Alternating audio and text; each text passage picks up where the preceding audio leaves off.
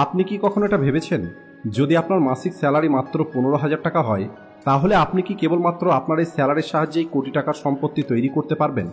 আমি জানি আপনি এটা কখনো না কখনো অবশ্যই চিন্তা করেছেন, কিন্তু যখন আপনি আপনার স্যালারির দিকে তাকান আর ভাবেন যে 15,000 টাকাতে সংসার চালানোই কঠিন হয়ে যায়, সেখানে ইনভেস্ট করে কোটি টাকার সম্পত্তি কিভাবে তৈরি হবে, তাহলে বলি আপনি একদম ভুল ভাবেন। আর আজকের এই ভিডিওতে আপনার সমস্ত ভুল ধারণা ভেঙে যাবে, কারণ আজকের এই ভিডিওতে আমি আপনাদেরকে বলবো কিভাবে একটি মিডল ক্লাস মানুষ মাত্র 15,000 টাকা স্যালারির মধ্যে থেকেই ইনভেস্ট করে কোটি টাকার সম্পত্তি তৈরি করতে পারবে। আর আমি আপনাদের 3টে আলাদা আলাদা অপশন বলবো, যার সাহায্যে আপনি জানতে পারবেন কোন অপশনটা আপনার জন্য সবথেকে ভালো হবে। আর আজকের এই ভিডিওতে সমস্ত প্রয়োজনীয় ক্যালকুলেশন এবং এক্সাম্পলের সাহায্যে এটা দেখব যে কিভাবে আপনি 15 থেকে 20,000 টাকা স্যালারি থেকেও আজকের দিনে ফাইন্যান্সিয়ালি ফ্রি হওয়ার স্বপ্ন দেখতে পারেন। তো চলুন শুরু করা যাক।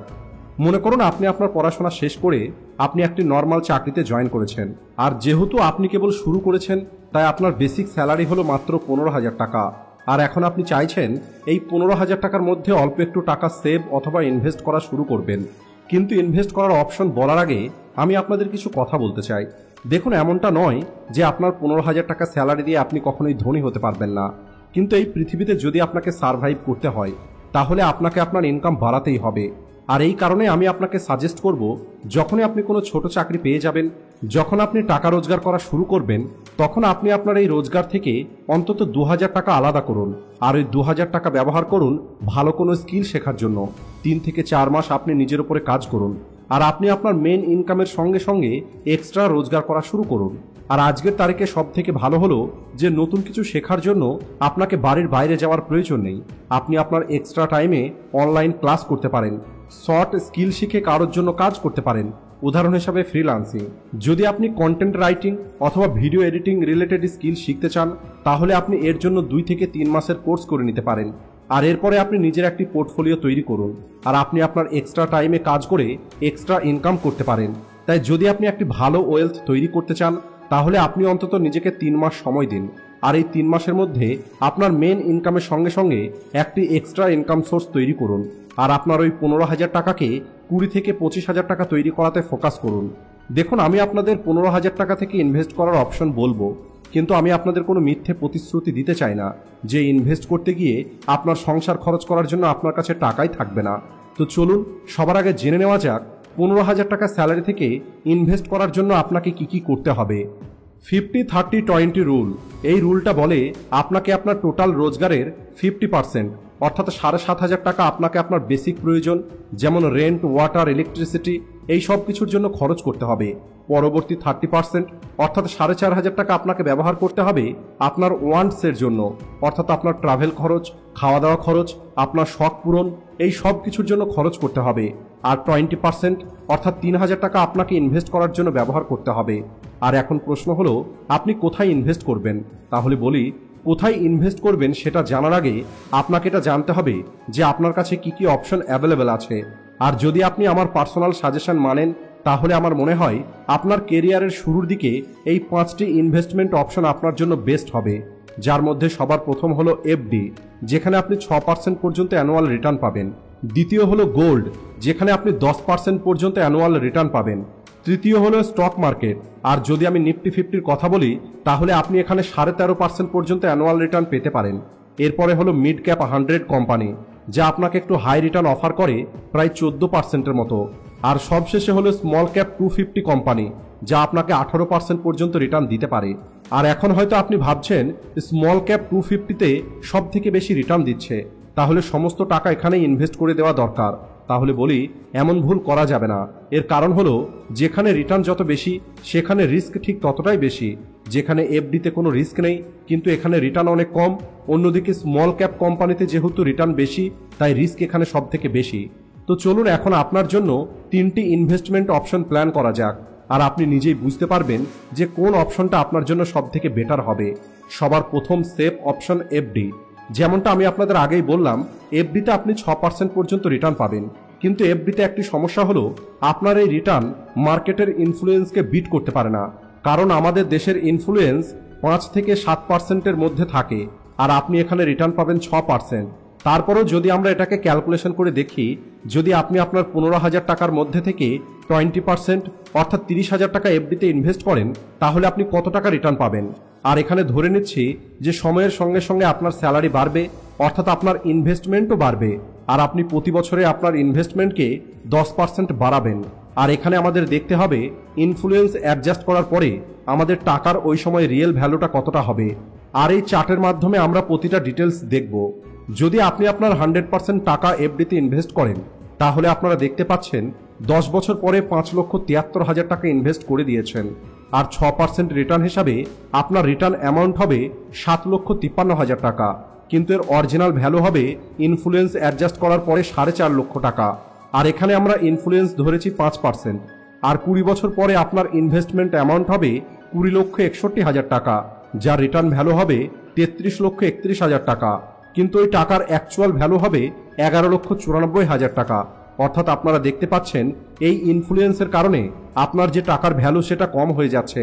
আর যদি 30 বছর পরে দেখেন, তাহলে আপনি প্রায় 59 লক্ষ টাকা ইনভেস্ট করে দেবেন, আর রিটার্ন ভ্যালু হয়ে যাবে 1,11,00,000 টাকা, কিন্তু তখন ওই টাকার অ্যাকচুয়াল ভ্যালু হবে 24 লক্ষ টাকা। দেখুন, এফডিতে ইনভেস্ট করাটা হলো একটি সেফ অপশন, কারণ এখানে মার্কেটের আপ ডাউন হওয়াতে কোনো কিছু যায় আসে না। কিন্তু ইনভেস্টমেন্টের একটি গোল্ডেন রুল হলো lower the risk lower the return. আর যে মানুষ 15,000 টাকা রোজগার করে, সে কখনোই এটা চাইবে না যে এত কষ্ট করে ইনভেস্ট করার পরেও সে কোনো কিছুই রিটার্ন পাবে না। তো চলুন দ্বিতীয় অপশনটা দেখে নেওয়া যাক, মিডিয়াম রিস্ক অপশন, অর্থাৎ স্টক মার্কেট। দেখুন, আমি ডাইরেক্ট আপনাদের কোনো স্টকে ইনভেস্ট করতে বলবো না, কারণ এই স্টকে ইনভেস্ট করার জন্য আপনার অনেক বেশি সময়, রিসার্চ এবং টাকার প্রয়োজন, যা একটি সাধারণ চাকরি করা মানুষের জন্য সম্ভব নয়। তাই আপনি ইনভেস্ট করতে পারেন ফান্ডে। আর এই ফান্ডে ইনভেস্ট করার জন্য আমাদের কাছে 3টি অপশন আছে। নিফটি 50 ইন্ডেক্স ফান্ড, আর এখানে অ্যাভারেজ রিটার্ন 13% পর্যন্ত পাওয়া যায়। এরপরে হলো 100 মিড ক্যাপ কোম্পানি। যেহেতু এগুলো হলো গ্রোয়িং কোম্পানি, তাই এখান থেকে আপনি 14 থেকে 15% রিটার্ন পেতে পারেন। আর সবশেষে হলো স্মল ক্যাপ 250 কোম্পানি। আর এই কোম্পানিগুলো নতুন কোম্পানি, তাই এই কোম্পানিতে গ্রোথ অপরচুনিটি অনেক বেশি থাকে। আর এখানে সব থেকে বেশি রিটার্ন অর্থাৎ 18% পর্যন্ত আপনি রিটার্ন পেতে পারেন। আর যদি কথা বলা হয় মিডিয়াম রিস্ক অপশনের, তাহলে আপনার সমস্ত টাকা কখনোই স্মল ক্যাপ কোম্পানিতে ইনভেস্ট করা উচিত নয়, বরং আপনাকে স্ট্র্যাটেজি ফলো করে এই 3 টাইপের ফান্ডেই ইনভেস্ট করতে হবে। আপনাদের 3,000 টাকাকে 70-20-10 রেশিওতে এই 3 টাইপের ফান্ডের মধ্যে ইনভেস্ট করতে হবে, যেখানে নিফটি 50তে ইনভেস্ট করবেন 2100 টাকা, মিড ক্যাপের মধ্যে ইনভেস্ট করবেন 600 টাকা, আর স্মল ক্যাপের মধ্যে ইনভেস্ট করবেন 300 টাকা। এর ফলে আপনার যে অ্যাভারেজ রিটার্ন সেটা হয়ে যাবে 14%। আর চলুন এখন দেখা যাক এই রেট অফ ইন্টারেস্টের সঙ্গে আপনার টাকার ফিউচার ভ্যালু কি হবে। 10 বছর পরে আপনারা দেখতে পাচ্ছেন আপনার ইনভেস্টমেন্ট অ্যামাউন্ট 11,31,000 টাকা হয়ে যাবে, আর ইনফ্লুয়েন্স অ্যাডজাস্ট করার পরে আপনি পেয়ে যাবেন 6,77,000 টাকা। 20 বছর পরে আপনার ইনভেস্টমেন্ট অ্যামাউন্ট 20,61,000 টাকা হয়ে যাবে, যার রিটার্ন ভ্যালু হবে 75 লক্ষ টাকা, আর এর আসল ভ্যালু হবে 27 লক্ষ টাকা। আর আপনি যদি এই প্রসেসটাকে 25 বছর কন্টিনিউ করেন, তাহলে আপনার ইনভেস্টমেন্ট অ্যামাউন্ট হবে 35 লক্ষ টাকা, আর আপনার রিটার্ন অ্যামাউন্ট হয়ে যাবে 1,72 লক্ষ টাকা। আর ইনফ্লুয়েন্স অ্যাডজাস্ট করার পরেও অ্যাকচুয়াল অ্যামাউন্ট হবে 47 লক্ষ টাকা।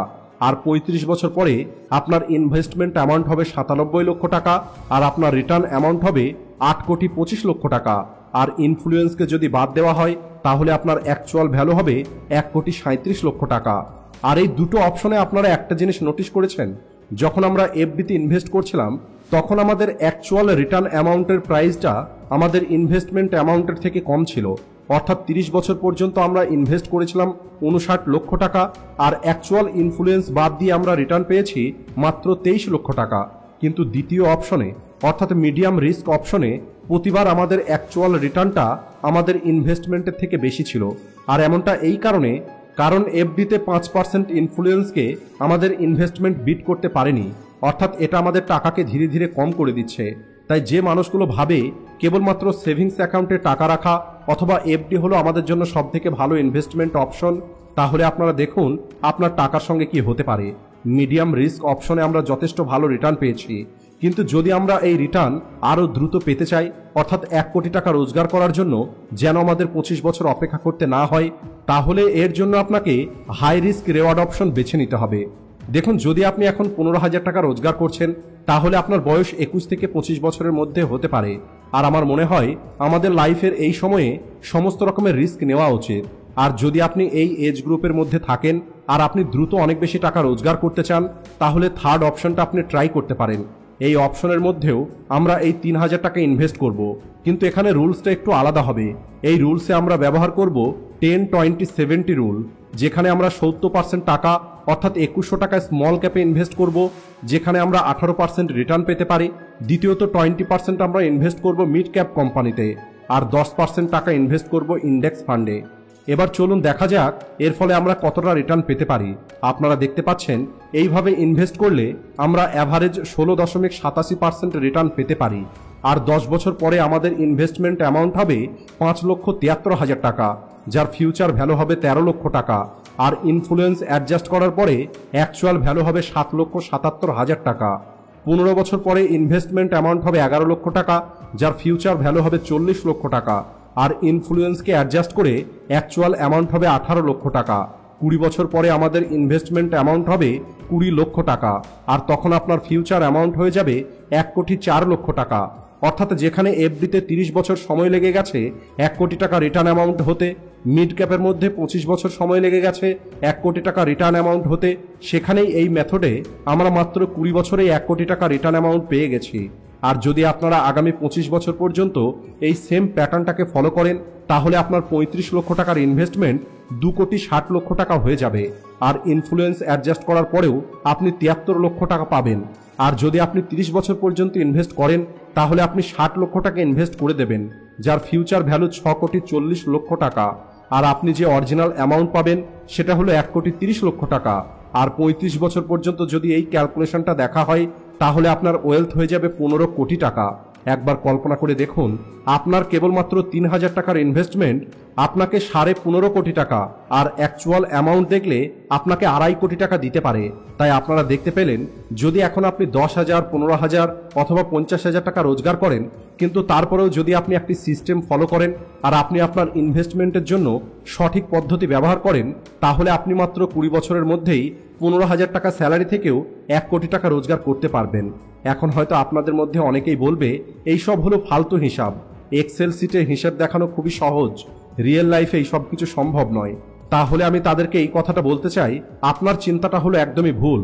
হ্যাঁ, এটা হতেই পারে যে ফিউচারে ইন্টারেস্ট রেট উপরে নিচে যেতে পারে, ইনফ্লুয়েন্স আরও বেশি বেড়ে যেতে পারে, সিচুয়েশন তেমন নাও থাকতে পারে যেমন সিচুয়েশন আজকে আছে। কিন্তু আপনাকে মনে রাখতে হবে, কম্পাউন্ড হলো এমন একটি জিনিস যেটা একবার যদি আপনার বন্ধু হয়ে যায়, তাহলে আপনার সিচুয়েশন যেমনই হোক না কেন, এটা আপনাকে ধনী অবশ্যই তৈরি করবে। আশা করি আজকের এই ভিডিওটি আপনাদের ভালো লেগেছে, তাই ভিডিওটিকে লাইক ও শেয়ার করতে ভুলবেন না। Thanks for watching.